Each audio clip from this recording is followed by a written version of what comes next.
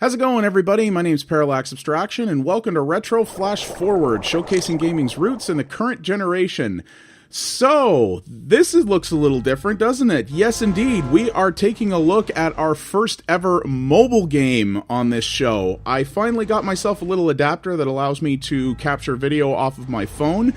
And, well, I'm a little late to the party on this one, I admit. This game came out a little while ago, but it is very heavily retro-inspired, and I wanted to check it out. So, we are taking a look at Crossy Road. So, this is the Android version. I use a Google Nexus 5 at time of recording, so that's what we're recording off of.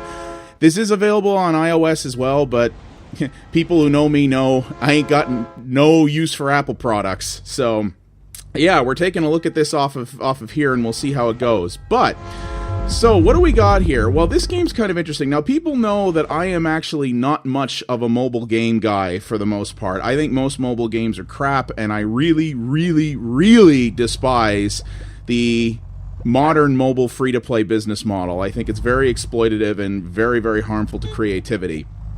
This game is pretty cool, but it has a little bit of that scumminess that I don't like, but we'll get into that. So, Crossy Road basically is, the best way to describe it is Frogger combined with the Endless Runner. Oops. So an Endless Runner is a very common thing among mobile games these days. A lot of people know what that is. Basically, it's the idea of a game that never ends. You are going sort of endlessly, your character is moving endlessly, and your goal is to get as far as you can before experiencing a game over. And in such, getting the highest score possible. And there are a few too many Endless Runners perhaps, but I like that genre a lot because it's score attack based, and being an old school retro gamer, I love me a good score attack that's well designed. So this has that, and this also has elements of Frogger, which is a game I have actually not covered before on this channel, which I really should rectify at some point. But Frogger was a classic arcade game developed by Konami originally, and the idea was that you were playing a frog, that was trying to get across a road littered with hazards. So you had cars, you had logs, you had alligators, you had all these crazy things, and you were trying to get your frog to 5 different locations on a level, basically safe places for him. And when you got him there, you won the level, and you were trying to get him there safely, but also trying to take the longest path possible to get there, because that's how you got score. This game is very, very similar in that it's, like I said, it's an endless runner, so you don't actually have a set point to get to, but your objective is to get as far as you can, and the more moves you make, the higher your score is. So it plays very simple. You obviously can't see me touching the screen here, but the way this works is just you tap the screen to make your avatar move forward, and you swipe right and left or top to bottom to make them go either left, right, or backwards. You can make them go backwards in the interest of both your score and sort of undoing a move you made that potentially put you in a bad spot. The controls are not bad. They are very simple. So this is a very easy game to pick up, but I do find that the game sometimes you have to make bigger gestures than I'd like in order to get it to recognize things. So sometimes I try to make a very subtle left to right motion. Oh, that's interesting. And the game will just interpret that as me wanting to move forward, which is not what I wanted to do. The problem is you don't really want to make big gestures in this game because you often have to move very quick, especially when you're trying to dodge some complicated traffic patterns and things like that. So I do wish it had better appreciation for subtler gestures, or that you could adjust the sensitivity of that. That would be nice. So your main goal is just basically to get the best score you can. I actually have a score, I think it's in the, 163 is my top score there. So I've never come close to that since I set that. But it's neat because this is one of the perfect mobile game experiences in that you can play, rounds go very, very quick, and you can play it a little bit once in a while and sort of, play a couple rounds and then put it down again. It doesn't require a lot of time investment in a session, and it's kind of like pinball in that it encourages you to retry it. Wow, this is really complicated. And that it encourages you to retry it repeatedly and sometimes you'll just have that great run where you get a crazy score and you're just like, yes! And then you'll fail 50 times in a row, which also happens a lot. So the game is also an endless runner in the sense, I mean, obviously Frogger didn't scroll, and this game does have a scrolling screen, and it auto-scrolls to a certain degree. So if you hang around the bottom too long once the game starts, you'll see here, if the screen gets to your character, basically you will, for some reason, get captured by a bird, and that's game over. And obviously, you can jump in the water, you can get hit by cars, if there are alligators, which I don't know if we've seen any yet. Oh, there they are right there. So the alligators are like logs. You can jump on them, but if you mistime it and jump on their fronts, you will get eaten. And that's the gist of it, basically. You want to keep doing this and try to get the best score you can. There's the trains as well, which you get a little bit of warning of, but basically when you see those lights, you got to get the hell out of Dodge, because those trains come fast and furious, as you probably saw there. So that's really the basic premise of it. Your goal is to get as much score as you can. Now, you may have seen some other things. You may have seen the occasional level where, well, you saw where it was black and white there. You see that it's kind of dark now. You may have seen other things like that. So what the heck is that about? Well, this game has a very wide array of different characters in it, and you've probably seen them switching up in between playthroughs. That is how this game is making its money. This is a free game, but that is how this game is making its money, is by selling you different characters. The characters have no functional differences between them. They're all purely cosmetic. The game plays the same way no matter which character you pick. But there are subtle differences, not just in their appearance, but some characters do weird things to the environment. So the Frankenstein one that I was playing there, you get black and white and sort of a neat film grain on the screen. This thing, which is, I'm not sure what this is, but you get the sort of nighttime thing. There's an alien one that does some weird stuff. Various things like that. There are a boatload of characters in this game. It's kind of mental. Yeah. So look at all this. Now, I've unlocked quite a few. I've got several hours on this game since it came out on Android, but you see all these ones that are grayed out? Yeah, I don't have any of those. So there are a redonkulous number of characters in here, and a bunch of them that can do different things, including humans, apparently. I don't know how those work. It says not available from the prize machine. So, yes, the prize machine. So, well, yeah, you can see right there in the corner, I just noticed, there's 70 characters total, and I've only unlocked 22, which is kind of insane. Now, how do you get more characters? So there's multiple ways to do it. You can just buy them if you want. See if I scroll over any one that I have not unlocked. They have weird prices, too. Now, I'm in Canada, and Google Play calculates the exchange on the American dollar, which is why it's like an extra few cents, because our dollar is kind of in the crapper right now. So that's why. But the prices are a little weird. So you can just buy them straight up if you want. Or, see those coin things in the upper right? Yeah. So this is where the free-to-playness comes in. So there is what is called a prize machine. And I'll show you that, because you have to use it at the end of a game. So the prize machine, basically what that does is it is a random chance. You can roll the prize machine and you'll get a different character. You will always get a character out of it, but this bird farts. That's really weird. But that's distracting. So you will always get something out of the prize machine. However, the game will not always give you something new. So when you roll in the prize machine, you will sometimes just get a duplicate character that you already have, and that is effectively a please play again. But you still have to spend the coins in order to use the coin machine. Yeah, I'm not so big on that. Now, you can see here there's multiple ways to earn coins. You can pick them up in the environment like you saw there, which is fairly slow. The game encourages you to come back on a daily basis. You don't see it right now, but in that middle area there, you can come back after a few hours, and you'll get a... basically, it's like, get a free gift, and you'll get like 100 coins, sometimes 200 coins, sometimes more than that. You can also earn coins by watching ads. That's what this top one is. I am not going to do that. I'm not giving free advertising away. But when you hit 100 or more, you can win a prize.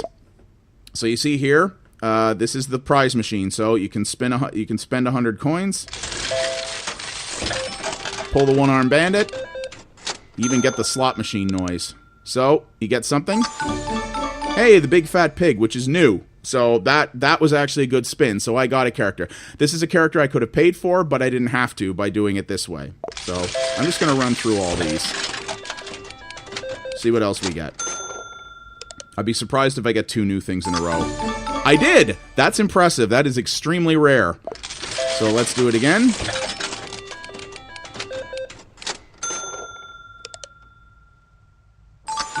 Holy jeez. I'm serious, guys. This never happens. I would say well more than 50% of the time I get duplicates.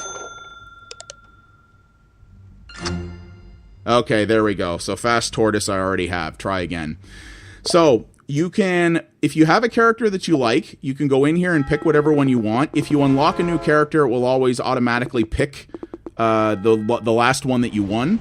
But if you scroll all the way to the left, you can go random, which basically means that every time you start a new game, it will randomly choose a new one from you of the ones you've unlocked. So let's play with Specimen 115, because this is a weird one. This is one of the ones that has a weird level thing, if I recall correctly. Like I said, no gameplay differences. These are purely cosmetic, and sometimes they change the appearance of the background.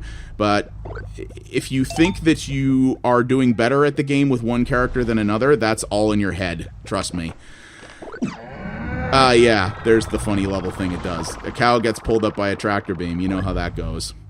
Now, you may be seeing these red coins on the level on occasion that are worth more money. So what is that? Well, okay. So in the interests of covering this and seeing how the monetization works, I did put a little bit of money into this game. There is a thing in this game you can buy called the Piggy Bank. And it's not a playable character. It's one of the only things you can buy that is not a playable character. And so there you see I get my free gift in 5 hours and 41 minutes because I claimed it before I started recording. So the Piggy Bank it's a booster. You know, a lot of mobile games have a thing where you can give it some money and that progress meter will fill faster. I mean, all the big name mobile games do this, the Clash of Clanses and the things like that. That's the type of free-to-play monetization. I hate energy meters. I think that's a really lousy, uncreative, scummy way to design a game. Basically, it's the wait or pay us money. Like, games like that do not respect your time at all. And what the Piggy Bank does in this game is it gives you a whole whack. I think it gives you 1,000 coins for buying it right off the bat. So you basically get 10 free spins of the prize machine. And it will seed the levels permanently with these red coins, which you don't see as often as the yellow ones, but the red ones are worth more.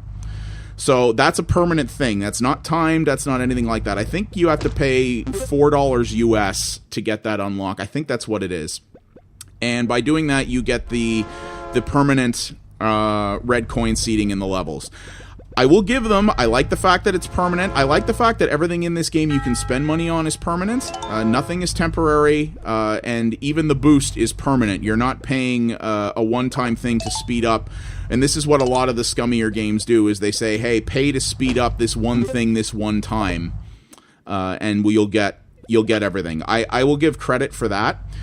But what I really don't like about this game is the fact that and this is a problem across almost all mobile games, there is no way to just pay once, get everything, and have it not bother you anymore. There is no way to pay money and have it not pop up those annoying ad prompts, which 99% of which are for other mobile games and the scummier kind generally. I think almost every ad. I think I got one movie trailer in the ads that I've tried with this, which I think give you a decent number of coins. It's like 20 or 30. And the ads that you watch are usually 30 seconds or less. I think they might cap out at 30 seconds.